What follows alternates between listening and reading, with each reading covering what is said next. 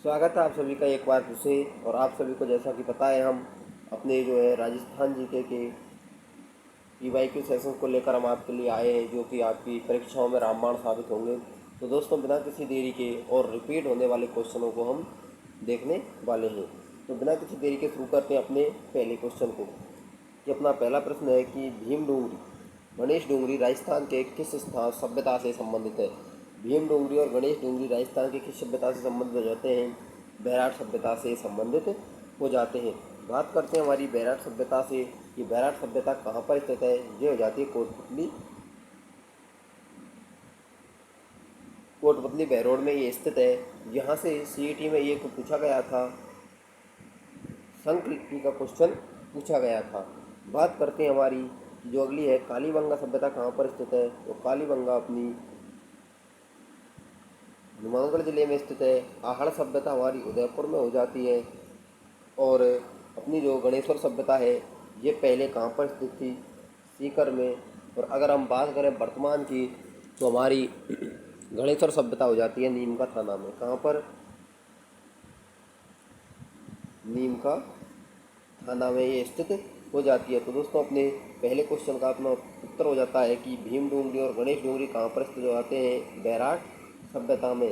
और बैराट सभ्यता की बात करी जाए कहाँ पर स्थित है, तो ये अपने बहरोड में स्थित हो जाती है। अपना दूसरा क्वेश्चन देखते हैं कि दोहरी रक्षा प्राचीर के साक्ष्य राजस्थान की किस सभ्यता से प्राप्त हुए हैं? दोहरी रक्षा प्रस्वीर के साक्ष्य या प्राचीर के लो उसको के साक्ष्य कहाँ से प्राप्त हुए हैं? तो अपनी जो दोहरी रक्षा प्राप्त प्रस्वीर है उसके साक्ष्य हमारे कालीबंगा सभ्यता से प्राप्त हुए हैं, जिसके बारे में हमने थोड़ी देर पहले पढ़ा था कि ये कहाँ पर स्थित है। ये हमारी हनुमानगढ़ में स्थित है और घग्गर नदी के किनारे स्थित है। दोस्तों, बढ़ते हैं अगले प्रश्न की तरफ अपने की कि प्रतिहार वंश का अंतिम शासक कौन था। जो प्रतिहार वंश था उसका अंतिम शासक कौन था? यहाँ पर पूछा हुआ है हमसे प्रतिहार वंश का अंतिम शासक, तो वो हो जाता है अपना यशपाल। और हो जाता है यशपाल जो है प्रतिहार वंश का अंतिम शासक था। प्रश्न है अपना अगला कि राजस्थान का राजा बिहारी मल की पुत्री का विवाह अकबर के किसके साथ हुआ? जो आमेर के जो राजा बिहारी मल की जो पुत्री थी उसका विवाह अकबर के साथ जो है कहाँ पर हुआ था? तो वो कहाँ पर हुआ था? सांभर में हुआ था। इसका राइट आंसर हो जाएगा अपना ऑप्शन नंबर 3। दोस्तों, आप हमें आंसर्स को साथ के साथ कमेंट करते चलें कि आप हमें लास्ट में ये बताना कि आपका जो है स्कोर कितना रहा। तो अपना अगला प्रश्न है कि जैसलमेर में चुंधी तीर्थ स्थित है। अपना जो क्वेश्चन है वो है कि राजस्थान में जो चुंधी तीर्थ है वो कहाँ पर स्थित है? राजस्थान में जो चुंधी तीर्थ है वो कहाँ पर स्थित हो जाता है? वो हो जाता है अपने जैसलमेर के ऑप्शन नंबर ए में। कहाँ पर? जो चुंदी तीर्थ है वो जैसलमेर में स्थित है। दोस्तों, आपने लगभग आपने 99% जो अपने जो तैयारी करने वाले हैं उनको आज ये पहली बार क्वेश्चन देखने को मिला होगा कि जो अपना चुंदी तीर्थ है वो कहाँ पर स्थित है। तो वो कहाँ हो जाता है? जैसलमेर में हो जाता है। दोस्तों, अपना प्रश्न है कि चंपानेर की संधि किन राज्यों के बीच हुई? चंपानेर की जो संधि है वो गुजरात और मालवा के मध्य हुई थी। Option number A. अपना प्रश्न है अगला कि लालनाथ जी, चौखनाथ जी और सवाईदास जी संत किस संप्रदाय से संबंधित हैं? तो देखिए, यहाँ पर लाल नाथ जी, चौखनाथ जी और रवाई दास जी तो किससे हो जाते हैं? अपने जसनाथी संप्रदाय से संबंधित ये हो जाते हैं। अपना प्रश्न अगला कि राजस्थान में चित्रशैली विशुद्ध रूप से भारतीय है, ऐसा किसने कहा था? कि राजस्थानी चित्रशैली के बारे में किसने कहा था कि ये विशुद्ध चित्रशैली, कि जो राजस्थानी चित्रशैली है विशुद्ध रूप से भारतीय है, ऐसा किसने कहा था? तो ऐसा कहा था लॉरेंस ने कहा था। ऑप्शन नंबर ए इसमें राइट आंसर अपना हो जाएगा। अपना है अगला कि मारवाड़ रा परागनारी व्रत ग्रंथ किसने लिखा? मारवाड़ री परागनारी व्रत जो है वो किसने लिखा था? मृणोत नैण जी ने ये ग्रंथ लिखा था। अपना अगला प्रश्न है कि राजस्थान में बूढ़ी तीज मनाई जाती है। राजस्थान में जो बूढ़ी तीज है वो कब मनाई जाती है, तो वो मनाई जाती है भाद्रपद कृष्ण तृतीया को। कब मनाई जाती है? भाद्रपद कृष्ण तृतीया को मनाई जाती है। अपना है अगला प्रश्न कि राजस्थान प्राच्य विद्या प्रतिष्ठान कहाँ पर स्थित है, तो वो कहाँ पर स्थित रहता है? ऑप्शन नंबर 2 अपना राइट आंसर हो जाएगा जोधपुर में। प्रश्न है अगला कि टोणगढ़ को राजस्थान में कब सम्मिलित किया गया? जो अपना टोणगढ़ है उसको राजस्थान में कब सम्मिलित किया गया? तो उसको सम्मिलित किया गया था 1956 ईस्वी में सम्मिलित किया गया था। अगला प्रश्न है अपना कि राजस्थान में 13 पंथ के प्रवर्तक रहे हैं। जो राजस्थान में जो 13 पंथ रहे उसके जो प्रवर्तक रहे हैं वो रहे हैं अपने बीकड़ जी। प्रश्न अगला है कि अनमेल विवाह और बाल विवाह निषेध अधिनियम सबसे पहले अलवर रियासत ने किस वर्ष बनाया था? अब तो देखिए यहाँ पर हमारे प्रश्न कौन कौन से क्लियर होते हैं कि देखिए अनमेल विवाह बाल विवाह निषेध अधिनियम सबसे पहले किसने बनाया था? अलवर रियासत ने बनाया था। कब बनाया था? वो बनाया था अपना 10 दिसंबर 1903 को।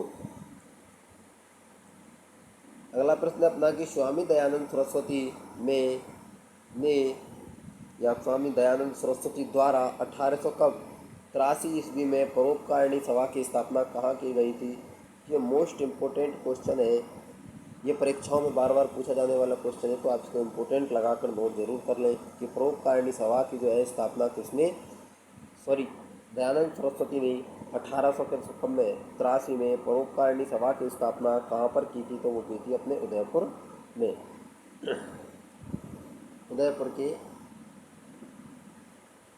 जग मंदिर में की थी। और ये जग मंदिर कहाँ पर स्थित है? ये है अपने पिछवाड़ा झील में। अपना अगला प्रश्न है कि राजस्थान मत्स्य संघ का राजस्थान में विलय कब हुआ? अपना जो प्रश्न है ये कि मत्स्य संघ का राजस्थान में विलय कब हुआ? तो ये हुआ था 1949। कब हुआ था? मत्स्य संघ का राजस्थान में विलय पूछ रहा है ये, तो कब हुआ था अपना? 1949 को। अगला क्वेश्चन है अपना कि बारह देवरा नामक जो शिव मंदिर है वो कहाँ पर स्थित है, या बारह देवरा नामक शिव मंदिर समूह स्थित है, तो वो कहाँ पर हो जाता है? अपने जहाजपुर। ऑप्शन नंबर 3 यहाँ पर स्थित है। कहाँ पर है बात करें इसकी, तो कहाँ है ये? अपने जहाजपुर में स्थित है। प्रश्न है अपना कि सुमेल का युद्ध लड़ा गया, जिसको हम ग्रीष्मेल के नाम से भी जानते हैं, युद्ध कब लड़ा गया था? तो ये जनवरी 1544 ईस्वी में लड़ा गया था। कब लड़ा गया था? जनवरी 1544 ईस्वी को ये लड़ा गया था। अपना अब अगला प्रश्न है कि इजलास खास की स्थापना किसने की थी? जो इजलास खास है उसकी स्थापना किसने की थी? तो उसकी स्थापना हो जाती है हमारी महाराणा सज्जन सिंह द्वारा इसकी स्थापना की गई थी। अपना अगला प्रश्न है कि किस प्रजामंडल आंदोलन के तहत कृष्ण दिवस मनाया जाता है? तो ये कृष्ण दिवस मनाया जाता है अपना मारवाड़ प्रजामंडल आंदोलन के तहत जो है अपना कौन सा दिवस मनाया जाता है? कृष्ण दिवस मनाया जाता है। अपना अगला प्रश्न है कि पटेलिया बीचो लालर प्रमुख लोकगीत है। जो मोस्ट इम्पोर्टेंट क्वेश्चन है आपके 4th ग्रेड की दृष्टि से, तो ये बहुत ही 100% लगभग छपने लायक क्वेश्चन है, क्योंकि पटेलिया बीचो लालर और ये बहुत बार परीक्षाओं में पूछा जा चुका है। तो ये क्या है? आदिवासियों के प्रमुख लोकगीत है। लास्ट टाइम में परीक्षाओं में पूछा गया था कि पटेलिया बीचो लालर क्या है, ये इस प्रकार से क्वेश्चन आया था क्या है, तो ये क्या है? एक लोकगीत है। ये इस प्रकार से भी क्वेश्चन बन सकता है और इस प्रकार से भी बन सकता है कि प्रमुख लोकगीत हैं किनके, तो ये हो जाते हैं आदिवासियों के प्रमुख लोकगीत हैं। अपना अगला प्रश्न है कि गीदड़ नृत्य का संबंध किस क्षेत्र से है? गीदड़ नृत्य का जो संबंध है वो किस क्षेत्र से है? तो वो हो जाता है अपने शेखावाटी क्षेत्र से। गीदड़ नृत्य का जो संबंध है अपना शेखावाटी क्षेत्र से हो जाता है। बात करें ढूंढाड़, तो ये अपने जयपुर क्षेत्र को कहा जाता है। मेवाड़, हाड़ौती हम जानते हैं, जो अपना हाड़ौती का पठार है यानी कि दक्षिणी पूर्वी राजस्थान का जो क्षेत्र है वो इसके अंतर्गत आता है। मेवाड़ को तो बताने की आवश्यकता आपको ही नहीं। अगला प्रश्न है अपना कि निम्नलिखित में से तत्वाद्य यंत्र नहीं है। निम्नलिखित में से तत्वाद्य यंत्र कौन सा नहीं है? सितारा नहीं है। प्रश्न है अपना कि मीनाकारी कला राजस्थान में सर्वप्रथम किसके द्वारा लाई गई? तो मीनाकारी जो कला है वो सर्वप्रथम मानसिंह प्रथम के द्वारा लाई गई। अब आपके लिए एक होमवर्क है, आप हमें कमेंट करके बताएं जो ये मीनाकारी कला है ये कहाँ की है, जो ये मूलतः कहाँ की है, इसको आप हमें कमेंट करके बताएं। जो अपनी मीनाकारी कला है ये मूलतः कहाँ की है। अगला प्रश्न है अपना कि जैतमलौत राठौड़ को किस लोक देवता के नाम से जाना जाता है? जो जैतमलौत राठौड़ है उनको किस लोक देवता के रूप में पूजा जाता है या जाना जाता है? तो वो है आलम जी के रूप में इनको जाना जाता है। अपना प्रश्न है अगला कि कैराय माता मंदिर का निर्माण किसने करवाया था? तो वो किसने करवाया था? चच ने करवाया था। जो अपनी कैराय माता है इनका जो मंदिर है उसका निर्माण चच के द्वारा करवाया गया था। अपना प्रश्न अपना कि 1818 में कंपनी की ओर से राजपूत राज्यों से संधि करने वाला अधिकारी था, तो वो कौन था? चार्ल्स मैटकॉप अपना राइट आंसर इसमें हो जाएगा। मतलब राजपूतों से यानी राजस्थान में सर्वाधिक जो संधियाँ कराई गई थी वो चार्ल्स मैटकॉप के द्वारा ही कराई गई थी। अगला प्रश्न है कि राजपूतों को हुणों की संतान बताया है। जो राजपूत हैं उनको हुणों की संतान किसके द्वारा बताया गया है? तो ये B.A. स्मिथ द्वारा इनको बताया गया है। अगला प्रश्न है अपना कि अशोक परमार की उपरमाल की जागीर किससे प्राप्त हुई? ये मोस्ट इम्पोर्टेंट क्वेश्चन है आपके लिए कि उपरमाल अशोक की जो उपरमाल की जागीर है वो किससे प्राप्त हुई? तो वो होती है अपने महाराणा सांगा से प्राप्त होती है।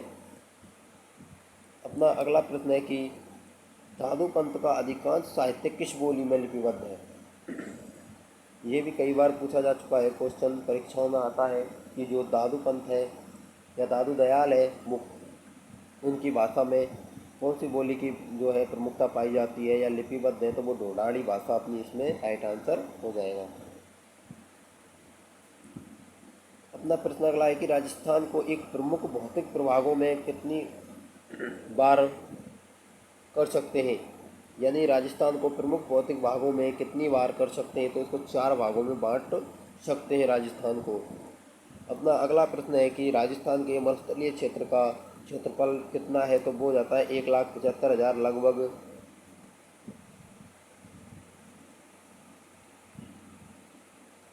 61% हो जाता है। और इसमें लगभग राज्य की 40% जनसंख्या निवास करती है। अपना अगला प्रश्न है कि अरावली प्रदेश का भाग नहीं है। तो अरावली प्रदेश का देखिए आबू खंड है, जयपुर खंड भी है, ये भी है, विंध्यन खंड, क्योंकि विंध्यन श्रृंखला तो एक अपने आप में खुद ही एक पर्वत श्रृंखला है तो विंध्यन खंड नहीं होगा। तो ऑप्शन नंबर इसका D राइट आंसर हो जाएगा।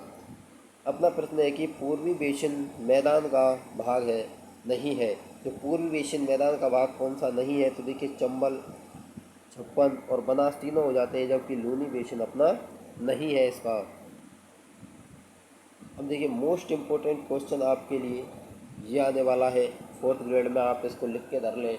मैं आपको कहता हूँ गारंटी से 100% आपके लिए परीक्षा में देखने को मिलेगा ये क्वेश्चन कि बालुका स्तूपों का प्रकार नहीं है। तो देखिए बरखान बालुका स्तूपों का प्रकार है, पैराबोलिक भी है, अपना नहीं रेखीय भी है, जबकि इनसेल वर्क क्या है? ये चट्टानों का प्रकार है। किसका? ये एक चट्टानों का प्रकार है इनसेल वर्क। तो ऑप्शन नंबर 4 इसमें राइट आंसर हो जाता है अपना। अब देखिए लूनी की सहायक नदी नहीं है। देखिए सूकड़ी, गुइया, जोजड़ी, जिसको जोजड़ी के नाम से भी जाना जाता है, किसके? जोजड़ी के नाम से भी इसको जाना जाता है। तो मेंढा नहीं है इसकी, जो लूनी की जो सहायक नदी है वो मेंढा नहीं है। अगला है कि जालौर के सिवाना की पहाड़ियाँ बनी हैं। जालौर में सिवाना है उसकी जो पहाड़ियाँ हैं वो बनी हैं ग्रेनाइट व राइलोराइट से। ग्रेनाइट व राइलोराइट से बनी हुई हैं। अपना है कि जालौर ग्रेनाइट से निर्मित पहाड़ियाँ होती है, कैसी होती हैं? गुंबदाकार होती हैं। कुछ इस प्रकार की पहाड़ियाँ वो होती हैं। निम्नलिखित में से अंतर पर्वतीय मैदान नहीं है। जो अंतर पर्वतीय मैदान नहीं है तो वो हो जाते हैं कपासन। क्या हो जाते हैं? कपासन हो जाएंगे। अपना अगला प्रश्न है कि संदेड़ा स्टेशन के पास चट्टानें आकृति में पाई जाती हैं तो सर्पाकार आकृति में पाई जाती हैं। प्रश्न अपना कुंभलगढ़ व गोविंदा के बीच पठार स्थित है तो भौरात नहीं है, वो है भौराट का पठार।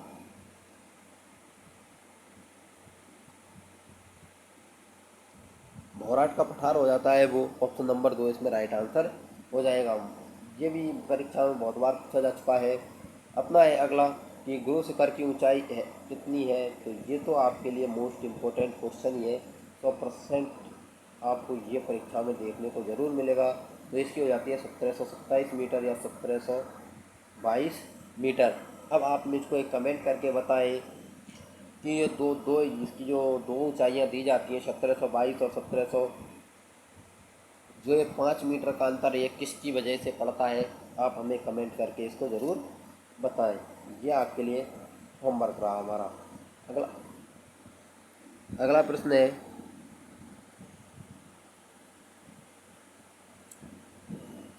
कि जयसमंद झील के पूर्व में स्थित पठार है। जयसमंद झील के ऊपर जो कटा फसा कटा फटा कैसा कटा फटा जो पठार है वो कहलाता है हमारा लसाड़िया का पठार। अगला है संतों का शिखर संबंधित है। संतों का शिखर हमने अभी बात की थी 1722 या 25 मीटर जिसकी ऊंचाई है, उसको संतों का शिखर किसने कहा था? कर्नल टोल्ड ने। किसने इसको कहा था? गुरु शिखर को कहा था। ऑप्शन नंबर ए इसमें अपना राइट आंसर हो जाएगा। अगला प्रश्न है अपना कि चूलिया जलप्रपात किस नदी पर स्थित है। चूलिया जलप्रपात किस नदी पर स्थित है, तो ये चंबल नदी पर अपना स्थित हो जाता है और लगभग इसकी ऊंचाई जो है वो लगभग 18 मीटर इसकी ऊंचाई है। प्रश्न है अपना अगला कि छप्पन का मैदान किन के बीच स्थित है। छप्पन के मैदान की बात की जाती है तो प्रतापगढ़ और बांसवाड़ा अपना राइट आंसर इसमें हो जाएगा। अगला प्रश्न है अपना कि दक्षिणी पूर्वी पठार के दो भाग हैं। दक्षिणी पूर्वी पठार की बात हो रही है, यानी कि ये हमसे बात कर रहे हैं हाड़ौती पठार के बारे में बात की जा रही है। तो ऊपरमाल का पठार और भौराट का पठार, कोतवार का पठार, दक्कन का पठार, ये भी नहीं होगा। उपरोक्त में से कोई नहीं, विंध्यन का पठार व दक्कन का पठार ये हो जाएगा। विंध्यन का पठार व दक्कन का पठार, यानी ऑप्शन नंबर 2 इसमें राइट आंसर अपना हो जाएगा। क्वेश्चन है कि ऊपरमाल का पठार मिल जाता है। ऊपरमाल का जो पठार है वो कहाँ पर मिल जाता है? मालवा के पठार में मिल जाता है। प्रश्न है अपना कि राजस्थान में की प्रे कैम्ब्रियन चट्टानों का आधारभूत वर्णन किया है, तो वो किसने किया है? ए मेरोन द्वारा इसका वर्णन किया गया है। अपना अगला प्रश्न है कि अरावली पर्वत के प्रकार हैं। तो अरावली पर्वत के प्रकार हो जाते हैं, किस प्रकार का पर्वत है? ये एक अवशिष्ट पर्वत है। किस प्रकार का है? अवशिष्ट पर्वत है और विश्व की प्राचीन पर्वत श्रृंखलाओं में आता है। अरावली पर्वत राजस्थान में क्या है? जल विभाजक रेखा का कार्य करता है। किसका? जल विभाजक रेखा का भी ये कार्य करता है और राजस्थान को दो भागों में बांटने का कार्य करती है। अरावली पर्वतमाला से आपके लिए 100% एक प्रश्न परीक्षा में छपने वाला है। अपना प्रश्न है अगला कि बाप बोल्डर्स युग, बाप बोल्डर्स युग से संबंधित है, तो वो जाते कौन सा? अपना ऑप्शन नंबर 3 कार्बोनिफेरस। कार्बोनिफेरस अपना इसमें राइट आंसर हो जाता है। अगला प्रश्न है कि राजस्थान में कौन सी जलवायु नहीं पाई जाती है। तो राजस्थान में देखिए शुष्क पाई जाती है, आर्द्र भी पाई जाती है, अर्धशुष्क पाई जाती है, जबकि ध्रुवीय जलवायु नहीं पाई जाती है। अपना अगला प्रश्न है कि राजस्थान के दक्षिण से होकर गुजरती है। राजस्थान के दक्षिण से होकर कौन से गुजरती है? कर्क रेखा गुजरती है और ये राजस्थान के दो जिलों से होकर गुजरती है, जिनको हम जानते हैं बांसवाड़ा व प्रतापगढ़, दो जिलों से होकर ये गुजरती है। सर्वाधिक बात की जाए, सर्वाधिक बांसवाड़ा से, सॉरी यहाँ पर जो ये दो जिलों से होकर गुजरती है वो बांसवाड़ा नहीं है, सॉरी, बांसवाड़ा के साथ डूंगरपुर है। डूंगरपुर व बांसवाड़ा से होकर गुजरती है। सर्वाधिक बांसवाड़ा से और कम किससे गुजरती है? डूंगरपुर से होकर गुजरती है। तो अपने दो जिलों से होकर गुजरती है, यही पूछा जाता है। अगला प्रश्न है कि कर्क रेखा किस जिले से गुजरती है? तो मैंने अभी बताया था आपको कि कर्क रेखा डूंगरपुर व बांसवाड़ा से होकर गुजरती है अपनी। आपकी जो अधिकतर क्वेश्चन हैं वो इस क्लास से, हमारी जो ये आपके लिए जो सीरीज है, इसी से आपके लिए फोर्थ ग्रेड के लिए आपके लिए रामबाण साबित होगी। और आप हमारे चैनल से जुड़े रहिए, चैनल को सब्सक्राइब जरूर कर लें। अपना प्रश्न है कि वर्षा ऋतु में मानसून हवाओं की दिशा क्या होती है? यानी कि वर्षा ऋतु की जो मानसून हवाओं की दिशा होती है वो क्या होती है? दक्षिण पश्चिम से उत्तर पूर्व की ओर। जैसे कि इस प्रकार जो मानसूनी हवाएं हैं वो इस प्रकार चलती हैं। किससे? दक्षिण पश्चिम से उत्तर पूर्व की ओर मानसूनी हवाएं चलती हैं। अगला प्रश्न है कि कोपेन की जलवायु के वर्गीकरण का आधार माना है, तो उसने किसको माना है? वनस्पति को माना है। और राजस्थान को 4 भागों में इसने बांटा है। अगला प्रश्न है कि वर्षा को जलवायु प्रदेशों के वर्गीकरण का आधार माना है। वर्षा को किसने माना है? ट्रीवार्था ने माना है। कोपेन की बात की थी हमने, कोपेन ने किसको माना है? कोपेन ने वनस्पति को माना है। अगला प्रश्न है अपना कि BWHW का अभिप्राय है। ये देखिए BHW ये किसका है? हमने अभी पढ़ा था, कोपेन के वर्गीकरण है। कोपेन का वर्गीकरण किस पर आधारित है? कोपेन का वर्गीकरण है वनस्पति पर आधारित। तो इसका हो जाता है शुष्क उष्णकटिबंधीय मरुस्थलीय प्रदेश, जलवायु प्रदेश। अपना अगला क्वेश्चन है कि DAW जलवायु पाई जाती है। तो DAW जो जलवायु है वो अपने भरतपुर में पाई जाती है। डूंगरपुर नहीं होगा, सवाई माधोपुर भी इसी क्षेत्र में आ जाता है। मेवाड़ नहीं होगा, जिसको मेवाड़ के नाम से जानते हैं, तो भरतपुर डूंगर हो जाएगा। EAD जलवायु पाई जाती है। EAD जो जलवायु है वो अपने बाड़मेर जैसलमेर में पाई जाती है। कोलाइड है। कोलाइड क्या होता है? कोलाइड होता है एक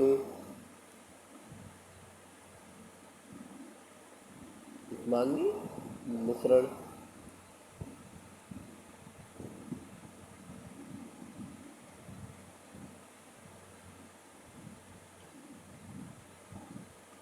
तो दोस्तों आज की क्लास, टुडे क्लास आज ख़त्म होती है। तो दोस्तों चैनल को सब्सक्राइब कर लें और वीडियो को शेयर कर दें। आपसे मुझे यही उम्मीद है कि आपको क्लास पसंद आई होगी। पसंद आई है तो क्लास को लाइक ज़रूर कर लें और अपने मित्रों को भी शेयर करें। मैं आपसे गारंटी लेता हूँ कि राजस्थान जीके के 100/100% क्वेश्चन मैं आपको छपवा दूँगा इसी क्लासों में से, क्योंकि आपको पता है कि ये 10th लेवल का स्टैंडर्ड है। 10th लेवल का जो है इसमें आएगा और मैं 10th लेवल के जितने भी क्वेश्चन हैं वो आपके लिए लेकर आ रहा हूँ इसी सीरीज में। तो हमारे साथ जुड़ने के लिए चैनल को सब्सक्राइब जरूर कर लें और वीडियो को शेयर जरूर करें। मिलते हैं नेक्स्ट डे नेक्स्ट क्लास में, तब तक के लिए धन्यवाद।